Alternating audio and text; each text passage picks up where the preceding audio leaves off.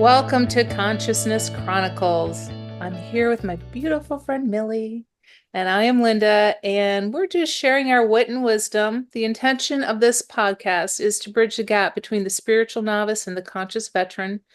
Wherever you are in this journey, it's important, we feel, to remember that you're still human and you should be enjoying and embracing all that this life has to offer.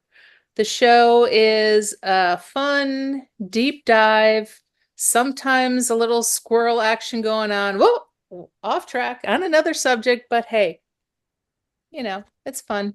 I hope you find it fun. Do you find it fun? I find it great.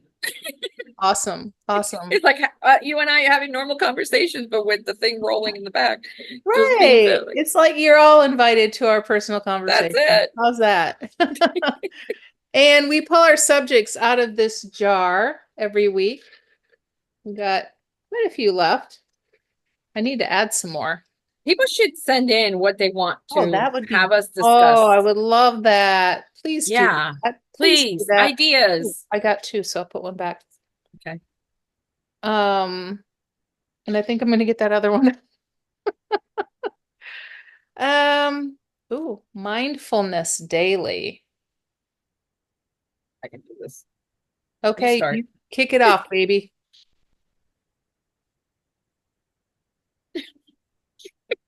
You got this. I have faith in you. Mindfulness daily. Okay. You know what? I had my coffee cup here. I don't have it anymore, but I did a reel today about mindfulness. When I get really full of anxiety, I will look at something, whatever I have. I'm gonna use my shirt. Okay. So I think about this shirt. I think about the amount of hands that went through this shirt.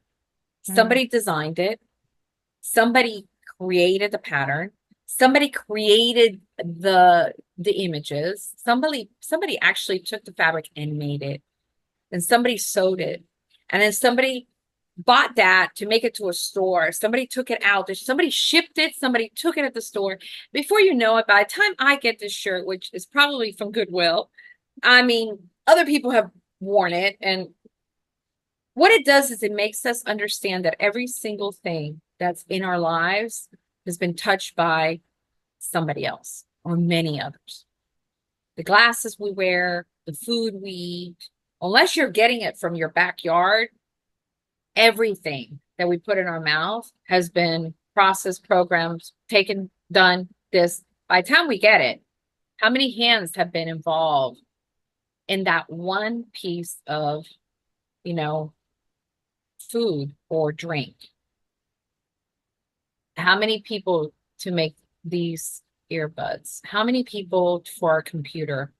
When you start seeing the big picture from the small things, you can't help but be in gratitude because you're no longer thinking, woe is me, I have this, I don't have this. But every single thing you touch in your life has an addition of other connections to it. And I think that when I do that, it actually helps me, it grounds me because I'm able to see the big picture. What I'm going through is really nothing in comparison to the amount of hands that have come through me today about what I'm wearing, what I'm eating, what I'm feeling. mm. Yeah, yeah. Gratitude's what immediately came to mind for me as well. And just, I love that process of drilling it down and thinking of everything that goes into something. I mean, we can do that with everything. We can do that with a kind gesture from somebody, Mhm. and drill it down to what that took a lot for somebody to do. I don't think a lot of people offer up gestures easily, unless, you're good buds like you and me. But i- i- somebody sees you, is actually Yeah. conscious of you walking up to the door at the grocery store and holds that door open for you. And you say thank you, and they say no problem back. And, I mean, it's almost like a living meditation when you look at Yeah. it. And that goes for everything. Like I always tell, I tell my clients about the shit meditation, my shit meditation. I'm sure I heard it, but please share with everybody. I had this in meditation one day that people are always complaining that they don't have time to meditate because they think you have to have this long process of meditating. But meditation is just a few minutes of being mindful of breath. So they showed me the shit meditation, shedding hostility in toilet.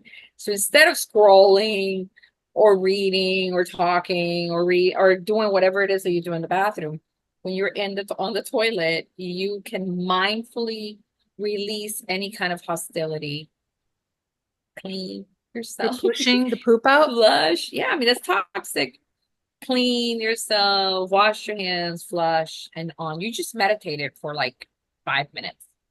Yeah. Or when you're taking a shower and you're washing yourself, I like to, when I'm in the shower, go releasing the stuff, whatever it is. It's a form of cleansing. I feel that we make mindfulness and meditation and prayer so difficult, almost inaccessible because you can't access, a half an hour a day. Even if you're at a red light, that's what, 2 seconds, 3 seconds, you could actually say a little, I'm so grateful for this car. I'm so grateful for the bird, for the clouds. It's all about, like Eckhart Tolle say, living in the now, being present with what is, not constantly trying to fix the past because we get in our cars and we hear a song. What's the first thing we do? We travel back in time to wherever that song brought us, right? It's like a time machine. Then we start, God, I can't believe this. Oh, no, mom, I can't believe I was with that son of a bitch. Oh my God. Oh my God. This reminds me of my mother, but she's gone. Before you know it, you just had a 3-minute song turn into this chaos of living in the past. Am I right? I generally go back to good places when I hear music. So. Well, no, there's some songs that are just like it brings you right back to being a kid. There are. Well, and there's one that my ex loved this certain group, and every time I hear it come on the radio, I don't get mad. I kind of go, yeah, we were kind of jiving then. I don't know what the fuck No, happened after that, no, but at that point we were jiving, and yeah, that was a pretty good time. no. If I hear anything that I don't want to hear, that thing is going off. I do not I'm sure I have entertain. some, but they're just not coming forward right now for me. No, but I'm just giving you the example of a song. I mean, you go walking every morning, and when you go walking, you are listening to stuff, but you're also so present with the trees and the dirt and the clouds and the lake. You're so in tune. When I go in the morning to do my walking meditation by the ocean, I am feeling it. I'm feeling the connection of the earth. But that's not everybody gets to do that. So you got to find something, even if you get in the car and not turn on the radio for 5 minutes and just be mindful of your breath and where you're going and being present instead of like running. I have to call so and so. I have to do the laundry when I get home. I got to Oh, cut I the hate when that grass. happens. Mm. So, how do you bring yourself back when you're going through that loop? Oh, sometimes I just let the whole loop play out and then just go, "Pff, okay, I'm done with you now." I was thinking one of my favorite mindfulness practices is I bought this macro lens that goes on my camera that takes you really into the subject of whatever it is. I could photograph the pores on your nose. I've always been nature's my jam, so I've always been fascinated with picking up a leaf and studying the veins and the Mm, shades of color and the textures of it. Like I love moss. I love the texture yeah, of me too. moss. I want to get inside that moss and just snuggle up. It's so beautiful. So I got this lens and with subconsciously, I'm sure, intuitively, whatever you want to call it, would go out in nature with it, and it would really bring me in to every single thing. It Wow. was like I was almost merging with whatever it was that I was photographing, and it would bring me into these other realms of, like I said, Wow. snuggling up in the moss or being on the back of that ladybug as she's crawling across the leaf, things like that. So I think there's so many places we can find mindfulness on the toilet or in the forest. Or in art or in music or like Yes. if you're an artist, I always think that part of meditation is if you create anything that you create, whether you're painting or creating music or dancing, a form of expression is coming from, oh, that's my imagination. Where do you think the imagination comes from? It's complete mindfulness and receiving and channeling. I think it's, Yes. I like that. The mindfulness is, people are making it a lot more complicated than what it is. Just, I mean, I sit in the morning and I take pen and paper and see what comes through. Or I'll sit on my phone and just close my eyes and see what types up. I don't, I mean, I know it's 30 years of meditation, but people can meditate for 2 minutes. They can actually go and do a walking meditation from their house to the car.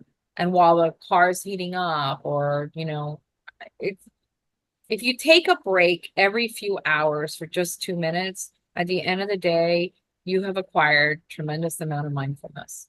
Mhm. It's like food. I have a thing about food and how it looks. Like it's not just the food, it's how the food appears. If I go to a restaurant, it's not just what it tastes like, but I like the presentation. And depending on the presentation, the colors and the texture. I mean, food is what feeds our soul. So it's a thing with me. I have to go and experience the every part of that plate. Even if I don't eat most of the stuff, if there's something about somebody preparing it for me. I mean, somebody can make me a sandwich, and I just because they prepared a sandwich for me, I am as happy as can be. I didn't have to do it. Thank you, baby Jesus. Thank you for this piece of me. Somebody did it for me. But that's my go-to. Like I love I love cooking shows and I love, you know, watching the different parts of people cooking and connecting in the world.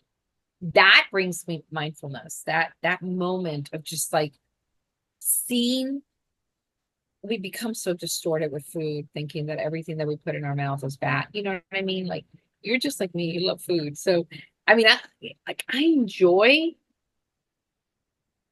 everything about the color and the texture and what it means, what the combination of, you know, the spices with the, it's a big thing. So, I mean, it doesn't have to be food for somebody else. It could be, you know, it could be exercising. It could be Mm. whatever, bike riding. It could be, you know, it's just about taking everything in your life and being grateful and mindful of what it entails to have that specific thing. And you know why that sandwich tastes so good? Because somebody who loved you and cared about you said, Millie, can I make you a sandwich? And Yes. when they made it, they put their love into that sandwich.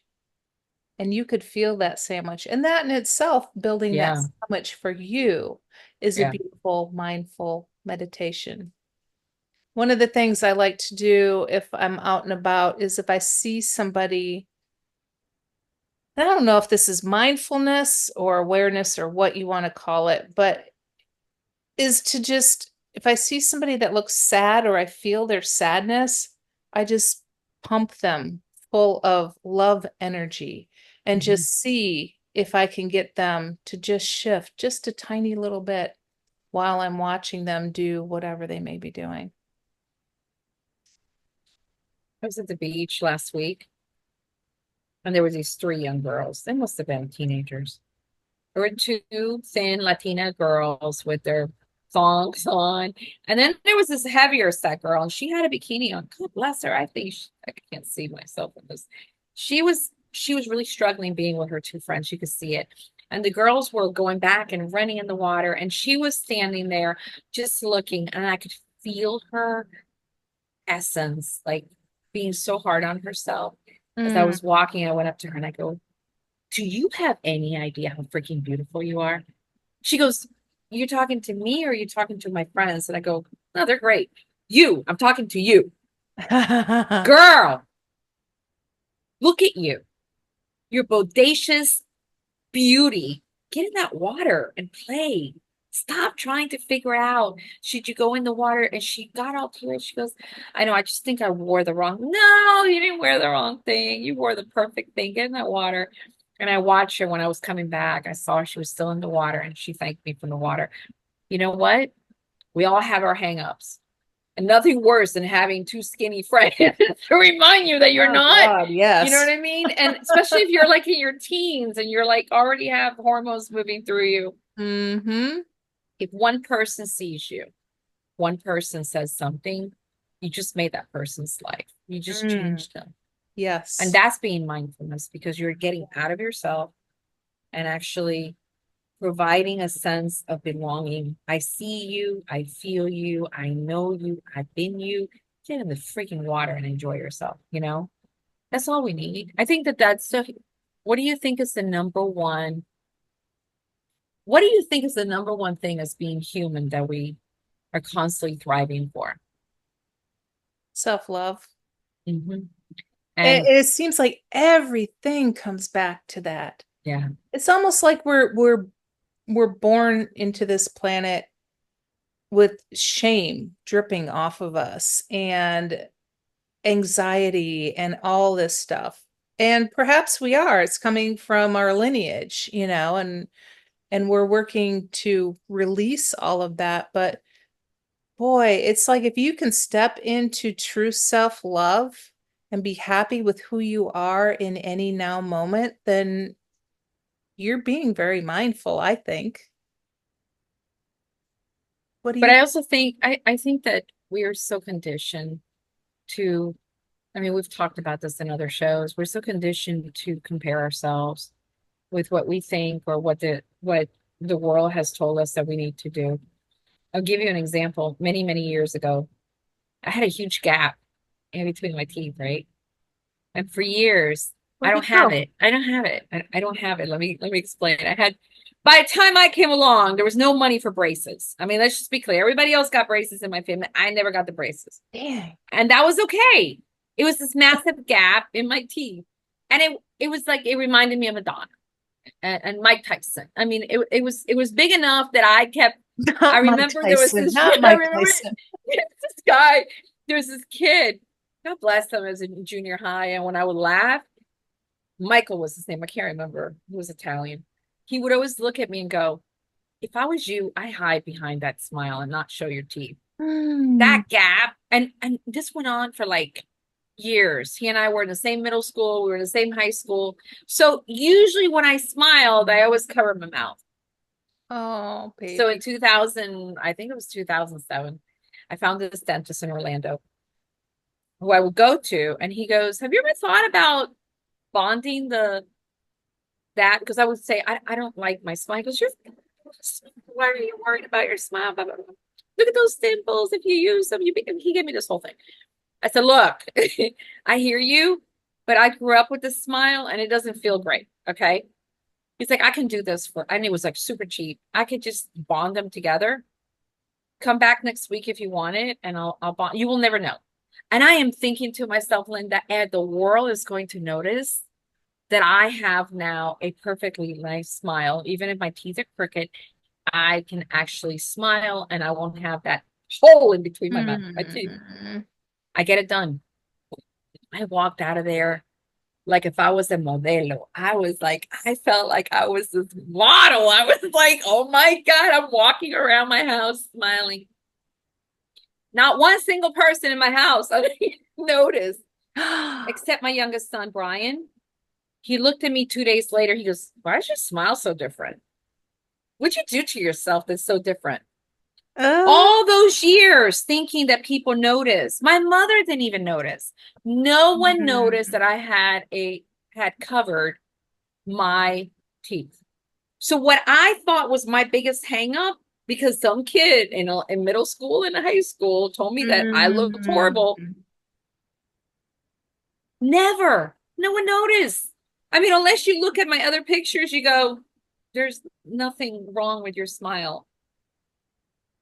But this is the hang up that we have, Yeah. like I had my thighs. I had the saddlebag being a Latina. And at 28, I decided I was going to get liposuction, get that thing out of there. Because no matter how thin I was or how much exercise, there was these things coming out of my. Got it done.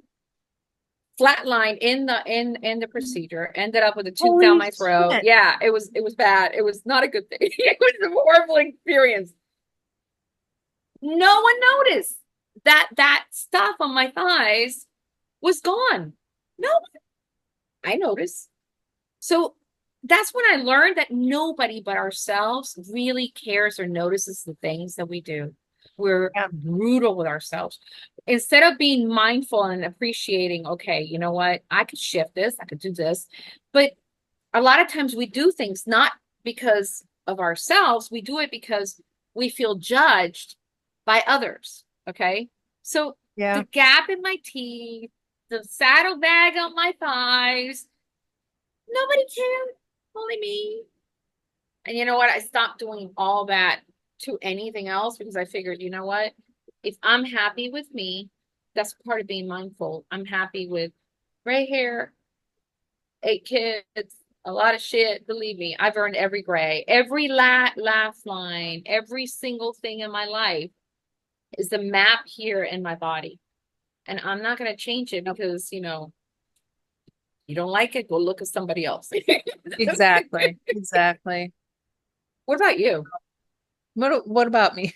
Have you ever had anything that you've done that you go, well, Oh that was my kind of God, I've hated stupid? everything about me. I had major body issues growing up. I think I got to the point, and I don't know what classification or how you word it or whatever you call it, bulimic or whatever. Oh, I had it. My senior year of school, I was down to eating 500 calories a day Hmm. because in my mind, I was huge. And I Yeah, look me at too. those pictures now and go, what you were before that, I would give anything to be that I now. know. I know. So it's like, where does the mind get so warped? But you get pulled out of reality and you get into this morphed reality to where you're living over here. You're not living in here, which brings us back to the mindfulness is living in here. What really matters? Um, what what man has ever told a naked woman, get out of my room? You're fat. Never. Get out of my room. Never. They might have said it after the fact, but while Yeah. there's a naked But woman they on their still bed, probably enjoyed it. while there's a naked woman on their bed, they don't care about the holes. Exactly. Mamacita's hot with a gap or Exactly. no. So, I had a really rude awakening. We were in Grand Cayman for my birthday one year, and I had put on a significant amount of weight during our marriage. I thought that vegan was good for me, and then I ballooned up. Mhm. It's not And for everybody. Yeah. my husband took a selfie of me, and I saw it, and I said, "Oh my God, delete that! Oh, I'm so fat." And he looks at me, and I've never. It was like this whole new person washed over him, and he's like, that really hurts me because I look at you and I love you so much, and you're so beautiful. It really hurts me that you would call the person that I love something ugly and fat. And I was just like, started bawling because I'm like, well, damn it. Threw that one out, didn't I I? didn't expect that. Wow, that But was it really huge. shook me Can we and just woke take me up. a moment to recognize that this man saw you, not this, but Yeah. you. Yeah. I from experience, I think I've had men that saw the outer exterior more than they saw the inner because they couldn't handle the inner.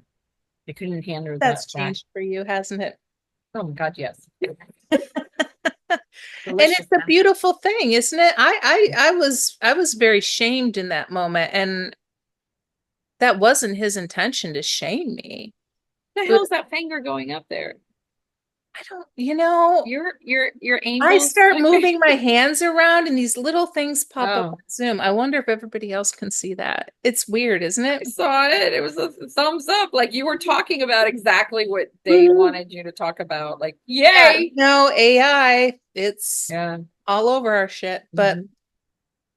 yeah, so I Did don't know that help where I you? was. Did that wait? Because Oh this is yeah, yeah, yeah, yeah. It did. It did. And you know, any health journey that I'm on, he's 100% supportive of me, but he tells me, I still see you as that 16-year-old girl I met back in the day.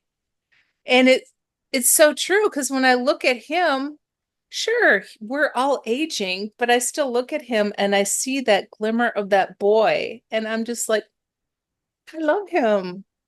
Oh my God, I love you guys as a couple. You guys are the cutest thing on earth. You're like Well, life goals for we're far from relationship. perfect, let me tell you, and you know Just that. have a no, yeah, but nobody's perfect. I feel No, that if you can, no. and here's another thing, and I'm gonna say this because now I know the difference. You're gonna find somebody that's going to love the good and the bad of you, and also be mindful of the similarities and the differences, and not have to, at the end of the day, say, instead of shutting down, say, we need to talk about this, or we should talk about this. Can we make time to do this? Because one of the reasons that relationships start to collapse, both or one or both parties refuses to address the elephant in the room, whatever that elephant is. They don't want to talk about, I don't find you attractive anymore, or you're not touching me, or you've gone a little crazy over to the other side, or whatever. And so it adds a level of constant stress to the relationship. If I could go back to the many relationships that I've had, instead of running away the way that I did because I gave up and I was done, I would sit with my three exes and say, this is the reason that we're not together. This is why, because I didn't feel seen or heard. I felt judged all the time. And I wouldn't change any of those relationships because of the fact that they made me the person I am today. Absolutely. I would not trade a single bad moment, even the worst, because I cannot imagine having gone down that route, being mindful now of how different it is in this relationship than all those other ones, where I feel seen, understood, heard, and have a conscious relationship with somebody that I never thought you could actually have with the opposite sex. I could have it with my girlfriends, but God forbid I have those kind of conversations. I Yeah. feel that if we're more conscious and mindful Yeah. of our needs and desires as a whole, especially in a relationship, my God, we do ourselves such a disservice to pick those people that are going to exaggerate and amplify our wounding instead of saying, okay, you know what? I I really need to heal this, and maybe we both need to work on this. Yeah. Yeah. That's part also of being mindful.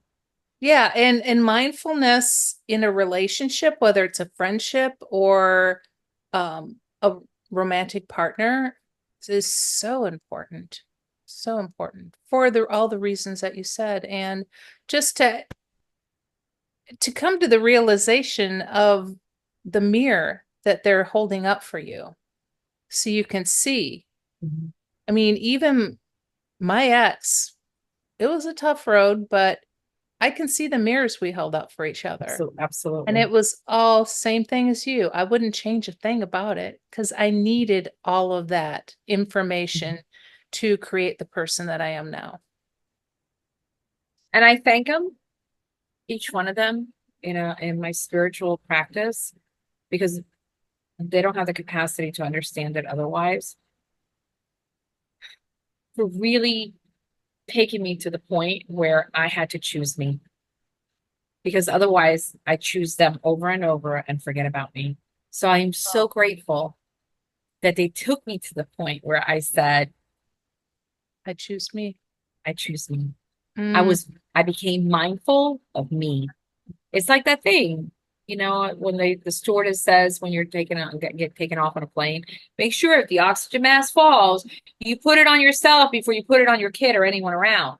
Because if you pass out, you can't help anybody else. And I think that part of being in a relationship is always putting your mask on first and then being able to help and say, hey, Yeah.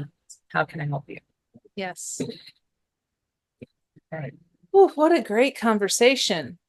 That was. I didn't think it A was going to go roller that way. coaster of emotions there.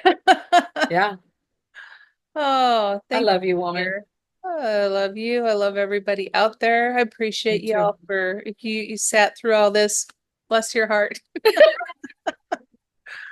And like, share, and subscribe. That would be awesome. Go send it to your ex.